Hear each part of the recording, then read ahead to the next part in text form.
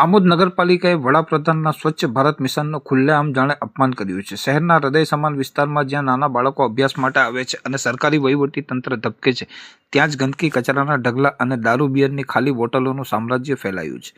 આ સ્થિતિ સ્પષ્ટપણે દર્શાવે છે કે નગરપાલિકાની પ્રાથમિકતા નાગરિકોની સુવિધા નહીં, પણ કોન્ટ્રાક્ટરના બિલો કાઢવા અને ભ્રષ્ટાચાર આચરવામાં છે. આમોદ સ્થિતિ એટલી હદે વણસી છે કે આંગણવાડીના મુખ્ય દરવાજા પાસે, મામલતદાર કચેરીની દિવાલ અને પોલીસ ક્વાર્ટર્સની બાજુમાં જ ખુલ્લેઆમ ગંદકી ફેલાયેલી છે. આંગણવાડી શિક્ષિકા ભાવિકાબેન સોલંકીના જણાવ્યા મુજબ નાના બાળકો અહીં આવે છે, તેઓના આરોગ્ય પર આ ગંદકીના કારણે ખતરાની ઘંટડી વાગી રહી છે. વારંવાર રજૂઆતો કરવા છતાં નગરપાલિકાના અધિકારીઓના કાન પર જૂ સરકતી નથી. દારૂની બોટલોનું ખુલ્લું સામ્રાજ્ય કાયદો અને વ્યવસ્થા તથા નગરપાલિકાની નિષ્ફળતાની ચરમસીમા દર્શાવે છે. નગરજનોના આક્ષેપ મુજબ આમોદ નગરપાલિકા માત્ર સસ્તી પ્રસિદ્ધિ મેળવવા અને કાગળ પરની કાર્યવાહીમાં જ કાર્યરત છે.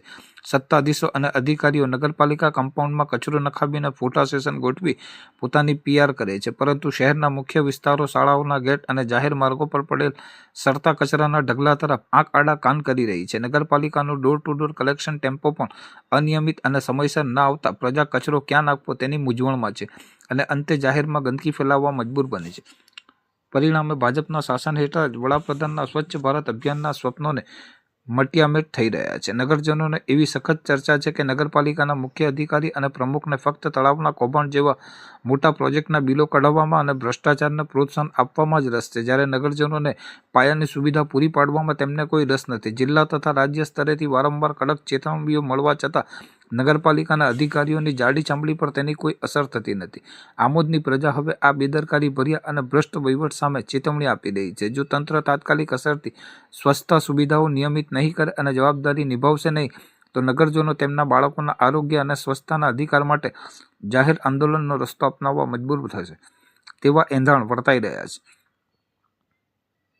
મારું નામ ભાવિકા છે. હું અહીંયા આંગણવાડી કાર્યકર તરીકે ફરજ બજાવું છું. કેટલા સમયથી આ ગંદકીનું સામ્રાજ્ય અહીંયા છે? આ ગંદકી તો અહીંયા સતત રહે જ છે અને મારા રોજ જ બાળકો, અમે પણ અહીંયા બેસીએ છીએ તો અમારાથી બેસી શકાય એવી હાલત જ નહીં, કારણ કે અહીંયાથી ગંદકી જેટલી છે ને તો સ્મેલ જ અંદર એટલી આવે છે અને મારા આવતા જતા બાળકોને બી એટલું ગંદકીના કારણે માતા પિતા બી મૂકવા આવે છે. એ લોકો મને રોજ અહીંયા ફરિયાદ કરે જ છે કે મેડમ તમે અહીંયા કંઈ કરાવો. તો મારી નગરપાલિકાને એટલી જ વિનંતી છે કે આ ગંદકી અહીંયાથી હટાવો, અને ગંદકીના કારણે અહીંયા ઢોરો, ગાયો અને બળદ પણ અહીંયા હોય છે ને મારા બાળકોને આવવામાં બી તકલીફ પડે છે. અહીંયા મારી નગરપાલિકાને એટલી વિનંતી છે કે આટલું મને સાફ કરી આપો અને આ જે બધું છે મને કમ્પ્લીટ કરીને આપો. બેન, કેટલા વિદ્યાર્થીઓ નાના નાના અહીંયા આગળ અભ્યાસ કરે છે? મારે 25 થી 30 બાળકો અહીંયા હાજર રહે છે. કેટલા વર્ષના વિદ્યાર્થીઓ? મારે 3 થી 6 વર્ષના બાળકો આવે છે. વસાવા મયુરભાઈ મહેન્દ્રભાઈ. શું કહેશો આ ગંદકીને લઈને? આ ગંદકીનું તો હવે સામ્રાજ્ય તમે જોયું કે કેવું છે. બિયરની બોટલો, દારૂની બોટલો જેવું અનેક નશીલા પદાર્થો જેવું અહીંયા અમને રોજબરોજ જોવા મળે છે. હવે તે કોણ નાખી જતું હોય, કોણ પી જતું હોય તે પણ અમને ખબર નથી. અહીંયા જ રહીએ છીએ, આટલો બધો કચરો હોવા છતાં કોઈને દેખાતું નથી. રોજ ડોર ટુ ડોર સેવા આપે છે, તે ડોર ટુ ડોર સેવા અહીંયા દેખાતી નથી, એ પણ આપણે જોઈ શકીએ છીએ. બીજું કહેવા જઈએ તો આંગણવાડીના નાના નાના છોકરાઓ જે એવા ઘરોના છે કે એમના ઘરોમાં ડર પણ લાગે તો પણ મા બાપ એને પોછી કાઢતા હોય. હવે એવા સમય પર તેઓ આવાની અંદર મૂકવા આવે તે જોવા લાયક થઈ ગયું છે જાણે. હવે નગરપાલિકાને મારી એટલી વિનંતી કહેતો હોય, અને જે ગણો તે જો તમે જાતે કચરો નાખવામાં સમજતા હોય તો આ લેવાનું બી થોડું સમજો તો ખૂબ સરસ કહેવાય. આ કચેરીઓ છે, નાના મોટા ગામોના લોકો અહીંયા અરજી ખાતે આવતા હોય અને તાલુકાનું જો આવા લેવલ ઉપર કામ થતું હોય તો આગળ બીજી ગ્રામ પંચાયતોને એ શું કરવાના? કહેવાય છે કે આમોદ નગરપાલિકા ફક્ત ફોટો સેશનમાં જ આગળ છે. ફોટો સેશન જ નહીં, એ આપણે જોઈએ છે કે કચરો નાખતા પ્રમુખ, ચીફ ઓફિસર જે આપણા ગામના ધણી જેવા કહેવાય, એ લોકો જો આવું કરતા હોય તો બીજા નાના મોટા કર્મચારીઓ બીજા શું કરવાના?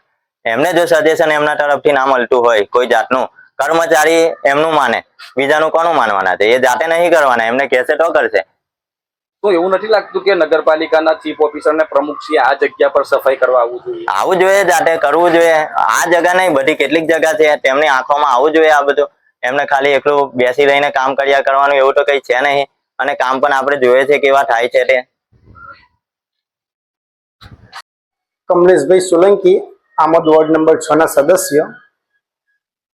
આમોદ નગરપાલિકા વોર્ડ નંબર 6 ની અંદર મિશ્ર આંગણવાડી નંબર 3 ની નજીકમાં આમોદ નગરપાલિકાના થકી કચરાના ઢગલા યોગ્ય રીતે સેનેટરી ઇન્સ્પેક્ટર સેનેટરી વિભાગની અંદર એસઆઈને જાણ કરવા છતાં, મુખ્ય અધિકારીને જાણ કરવા છતાં અને વહીવટી તંત્રના ગ્રુપની અંદર મેસેજ વારંવાર મૂકવા છતાં પણ આવી જગ્યાઓ આંગણવાડીની અંદર નાના બાળકો અભ્યાસ કરવા માટે નંદની ઘર તરીકે સરકારશ્રી દ્વારા ચાલે છે આંગણવાડી, ત્યાં જતા હોય છે, જેની ઉંમર વય મર્યાદા 1 થી 5 ની અંદર હોય છે. એટલે આપણે શારીરિક રીતે સમજી શકીએ કે એમનું શારીરિક બળ એટલે ઇમ્યુનિટી પાવર સૌથી ઓછો હોય છે. ત્યાં આવી ગંદકી હોવી એ આરોગ્યને નુકસાન પહોંચાડે તેવું સમજી શકાય છે. તેથી અમે વારંવાર આ નગરપાલિકાના તંત્ર અમારા ચાલતા ગ્રુપની અંદર આવું અમે વારંવાર આક્રોશજનક ભાષાની અંદર મુખ્ય અધિકારીને એસઆઈની આંખો ખુલે તથા જે તે જવાબદાર વ્યક્તિઓ આવું નાના બાળકોના ભવિષ્યને ધ્યાનમાં રાખે, જ્યાંથી જ્યાં ચાલે છે આંગણવાડી ત્યાં ગંદકી ન હોય, દુર્ગંધ ન મારતો હોય તો શાંતિથી બાળક આવી જઈ શકે. અને ત્યાં કોઈ માની લો કે ગંદકી છે, ત્યાં બળદ ગાય કે કોઈ પણ ઢોર ઢાંકર જો ત્યાંથી ગંદકીને ત્યાં આગળ ચરવા આવે તો ત્યાં નાના બાળકોને અવર જવરમાં ક્યારેય જાનહાનિ ન થાય તે હેતુસર અમે વારંવાર એમને ધ્યાન દોરતા હોય છે કે માની લો કે ત્યાં કચરો પડેલો છે ને ત્યાં ગાય ચરવા આવે કે એવું આવે અને બાળક ત્યાંથી જતું હોય અને જો કદાચ એને ભેટી મારી દેશે તો જાનહાનિ થઈ શકે છે. આવા હેતુઓને ધ્યાનમાં રાખીને, ગંદકીને ધ્યાનમાં રાખીને, નાના બાળકોની ઇમ્યુનિટીને ધ્યાનમાં રાખીને અમે વારંવાર મુખ્ય અધિકારી અને એસઆઈને જાણ કરવા છતાં પણ આ નગરપાલિકાના તંત્ર તરફથી આ ગંદકી સાફ ન થતી હોય તેની સામે મારો ભરોભર રોષ વ્યક્ત કરું છું ને આ તંત્રના તમામ લોકોને એ સદબુદ્ધિ આપે એવી મેં આજના વોર્ડના સદસ્ય તરીકે આપ શ્રી થકી મારી આ વેદના વ્યક્ત કરું છું. તમારું? મારું નામ સીડી મોહમ્મદ ઇરફાન છે, ઉર્ફે ઇરફાન બાદશાહ. મારું મકાન પાછળ નગરપાલિકા આંગણવાડી પાસે જ છે અને આંગણવાડી ચાલુ છે. અહીંયા નાના નાના ભૂલકાઓ આવે છે. અહીંયા આગળ કચરા પેટીનો ઘોર ગંદકી છે બિલકુલ. એ કચરા પેટીની અંદર દારૂની બોટલો પ્લસ બિયરના બોટલો જેવા કે ડબ્બા પેકિંગો, અહીંયા આગળ નશીલા પદાર્થો પીને એના ખુલ્લા પેકિંગો નાખવામાં આવે છે. અહીંયા આગળ ગંદકી ફૂલ છે. અહીંયા નાના નાના છોકરાઓ અભ્યાસ માટે આવે છે આંગણવાડીમાં. પાલિકાની કોઈ પણ તરફથી આગળ કચરા પેટીનું ડબ્બું મૂકવાની કોઈ પણ સગવડતા નથી. પાલિકા હોવા છતાં જો પાલિકાની પાસે કચરા પેટીના ડબ્બા મૂકવાની વ્યવસ્થા ના હોય તો પછી એના કરતા તો ગ્રામ પંચાયત સારી કહેવાય.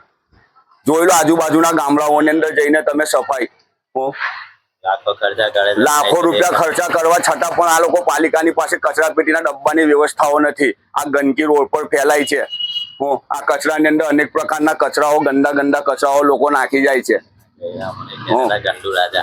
આ તો અંધારી નગરીને ગંદુ રાજ છે, કશું છે નહીં બીજું. આ પાલિકા બધી જગ્યાએ આમોદ ગામની અંદર ઠેર જગ્યાએ ગંદકીના સામ્રાજ્ય ફેલાયેલા છે. આ લોકો કોઈ પણ પ્રકાર કોઈ રીતે કામ કરવા માટે તૈયાર નથી.